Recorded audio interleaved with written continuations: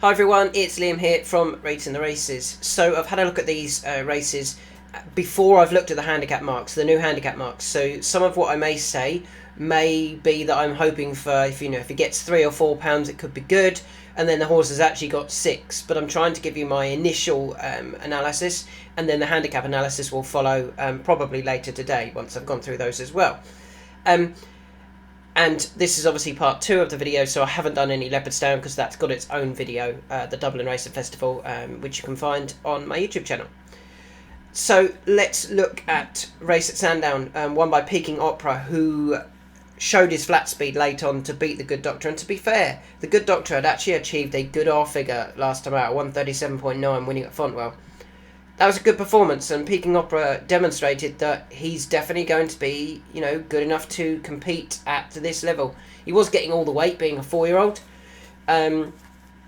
Could end up in the Supreme. In the Triumph, sorry. Could end up in the Supreme as well. They might try and run in the Supreme and see if they get loads of weight with Peking Opera. The Supreme is generally more of a speed test than the Triumph.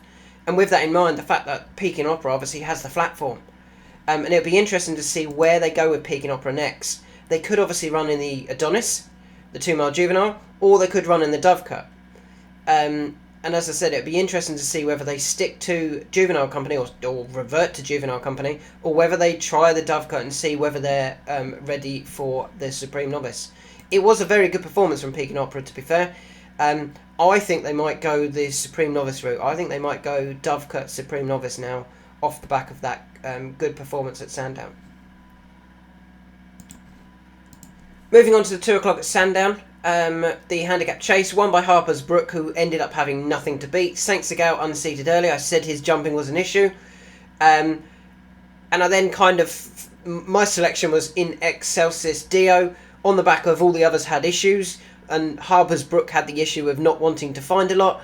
He wasn't finding anything when In Excelsis Dio came past him at the last and then unseated, which was very frustrating. He would have won that and franked that form again, or the form was then franked again with Madara winning over at Leopardstown. That looks a good bit of form at Cheltenham. In Excelsis Dio, Madara, Calico, Funambule Savola. Funambule Savola and Calico just need to be restrained a bit. They went too hard last time out. I think it was at Doncaster where they took each other on. In Excelsis Dio, I guess, might end up in the Grand Annual on the back of that, and could be very likely race. Now, I think Madara is quite a short price for that. Let's just load up that race. Grand Annual, where is it? It's like the first race on a certain day now, isn't it? Here it is. Here's the Grand Annual. Let's try it. So Madara is third favourite here. In Excelsis Dio, he's not right down the bottom, but 14s and 16s, to be honest, I think he will go very close. It'd be interesting to see what the handicapper has done with him. I'm hoping he hasn't put him up too much, because I think he could be very competitive. He was going to win this race at Sandown when unseating at the last.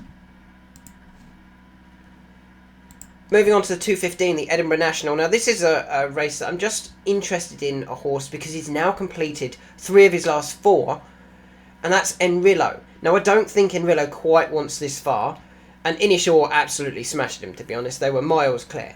I don't think Enrillo wants this far, but the fact he's got round now the last couple of times, that Bet365 Gold Cup at the end of the season could be where they end up with Enrillo again. They might go to Kempton for that lucrative handicap that they went well in previously. I'm not sure of his handicap mark. Again, he's one I'll need to check what his new mark is.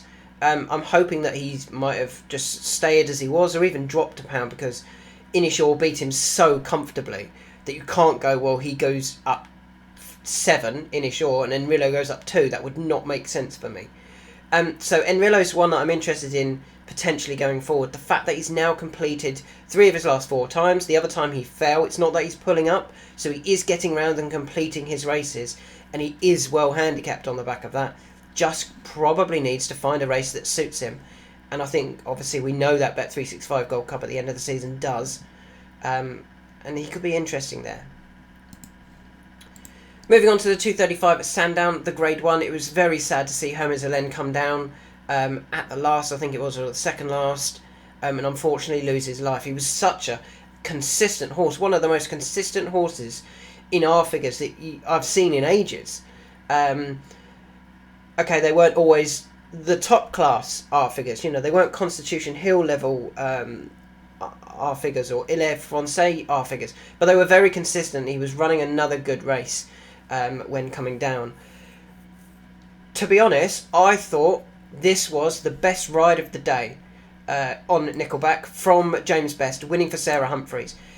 The horse was keen and wanting to go forward like he always does, but instead of holding him back and gaining no ground and losing energy, which is all that happens when you restrain a horse, he just went, okay, let's go. And he kept firing the horse into fences, whilst all the others kind of looked around or like, should we go after him yet? Nah. Should we go after him yet? Nah. And eventually, they were too far behind to make any inroads into the lead of Nickelback, and Nickelback won the race. And I thought that was a great ride, and yet because he's won from the front, he's not going to get the recognition that those that make a mistake and pick up to win, or those that are right out the back and then pick up to win, will get. Whereas this was just as impressive from me, from James Best on Nickelback. The 250 at Muscle Brother County Hurdle, Scottish County Hurdle, told me one thing in my opinion. Benson is still well handicapped when he goes over 2.5. I imagine he'll go straight back for the Coral Cup this year.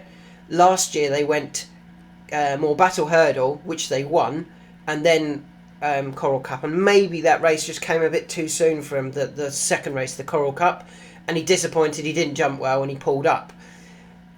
He didn't jump amazing in the Scottish County Hurdle, but again he got outpaced before running on strongly at the finish. He needs that 2.5 mile trip to be at his best, and you would have to be interested in him in the Coral Cup if he turns up. I know you would have to forgive him his pulled up effort last year when things went wrong, but maybe the race came too soon after winning at Kelso. Nothing else really caught my eye in that race.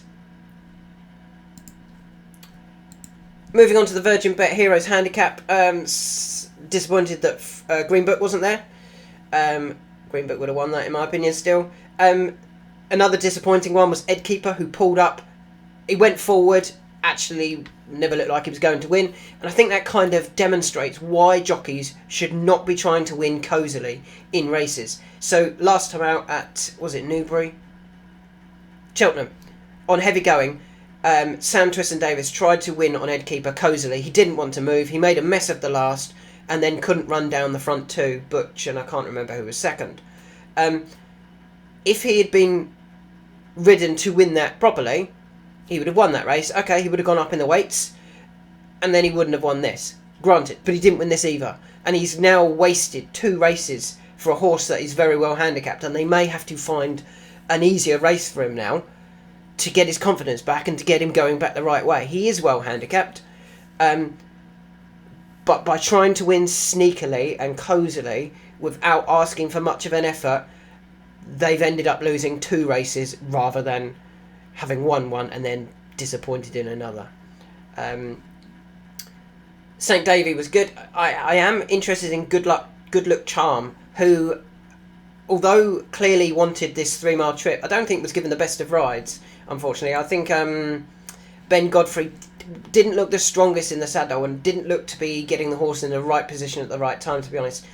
It'd be interesting to see if they give that Good Look Charm an entry in the Pertemps qualifier on the 17th of February. So they haven't got long. It's only 11 days from now. So what's that? That would have been 2 weeks from when he ran. That would be my only concern there, is that race going to come too soon? But the Pertemps final looks perfect for Good Look Charm. If they don't go there, there are some other races that they could potentially run in with Good Look Charm. I keep saying Good Luck Charm. That was another horse, I believe. I'm sure it was.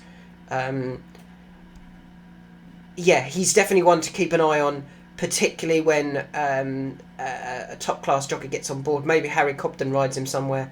But that qualifier at Haydock might be where they end up with Good Look Charm very quickly to try and get him qualified for the Pertemps final, because he definitely showed that 3 mile is what the trip that he needs. Moving on to the 3 o'clock. I think this was on the Sunday. It was on the Sunday indeed. Curly Finger won it, holding off Springwell Bay, who was probably the one to take out the race if you were going to take one out. Springwell Bay travelled well, but didn't get the clearest of runs. He is now qualified for the Temps final, and I imagine that's where we'll see Springwell Bay. I wouldn't be rushing to back him for that race, though, because there's plenty that look very well handicapped in there. Moving on to the 335, the 2.5 mile handicap chase, won by Corrigan Rock, who made most of the running, if not all of the running, from Thunder Rock, who was sprinting home. I said it'd be finishing fast. I hoped that Petit Tonnerre would have been in front of that. He travelled well and then actually didn't. I thought his jumping led him down late on. It's not that he didn't stay the trip. I'm sure he stays the trip. Thunder Rock definitely stays the trip, but he definitely wants further. I've been calling for this Ultima for Thunder Rock for so long now. Where is he? He's in this betting somewhere. Here he is. 16s and 20s, 12s in places. I really like him for this race. I do worry they're going to run him in the 2.5. He doesn't. We saw him at Cheltenham and everything happened too quick. We saw him here. Everything happened too quick. Why would you then run him at 2.5 at the Cheltenham Festival?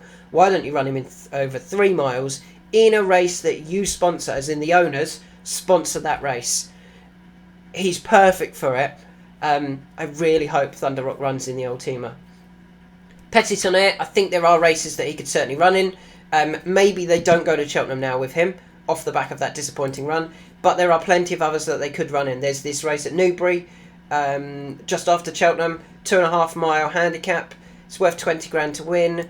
There is another, there's a one at Kempton over 2.5.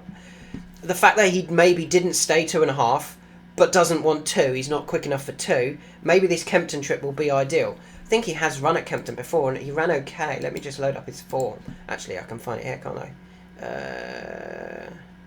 Cheltenham, Sandown, disappointed at Kempton, Newbury, Aintree, maybe disappointed at Kempton. Maybe Kempton wouldn't be the best place for him. Sandown potentially could be. There's this novice handicap just before the Cheltenham Festival on Imperial Cup Day. You can see only 5 turned up last year. It's worth 28 grand to win it, and it would certainly, be a race that he should be looking at being able to win, Petit Tonnerre. Or, again, they could wait till after Cheltenham.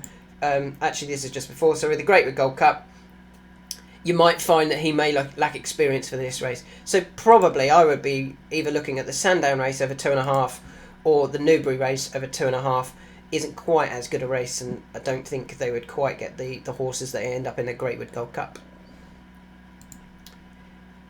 And finally, one more horse I wanted to talk about. Voix de Rêve. You can see that he traded at 5s in the run. He travelled really well. Doesn't stay 2.5. Didn't stay 2.5 again. Needs dropping in trip. As soon as he goes class 4, 2 mile, I'd be quite interested in him if he can keep up. It might be that he can keep up over 2.5 but doesn't have anything at the finish, and he can't keep up over 2 mile, and it might just be that he needs retiring. But I'd give him one more run over 2 mile, find a race for him in a class 4. It's got to be a low class 4 race, and he might be able to bounce back at the ripe old age of 12. So there's some thoughts. I think the key ones, Pekin Opera's probably going to go to Kempton. It'd be interesting to see what race he runs in. In Excelsis Dio, you have to be interested in him for the Grand Annual. Enrillo could be on his way back. That Bet365 Gold Cup at the end of the season. Benson goes straight to the Coral Cup. Don't take in the Kelso Hurdle on the way. Good Look Charm. It'd be interesting to see if he gets an entry in a Temps qualifier quickly. Nothing really from this. Thunder Rock has to go Ultima, and Petit Tonnerre I would save and keep away from Cheltenham and find a winnable race with him first. And finally, give Voix de Rêve one more chance over 2 mile in a class 4 handicap hurdle.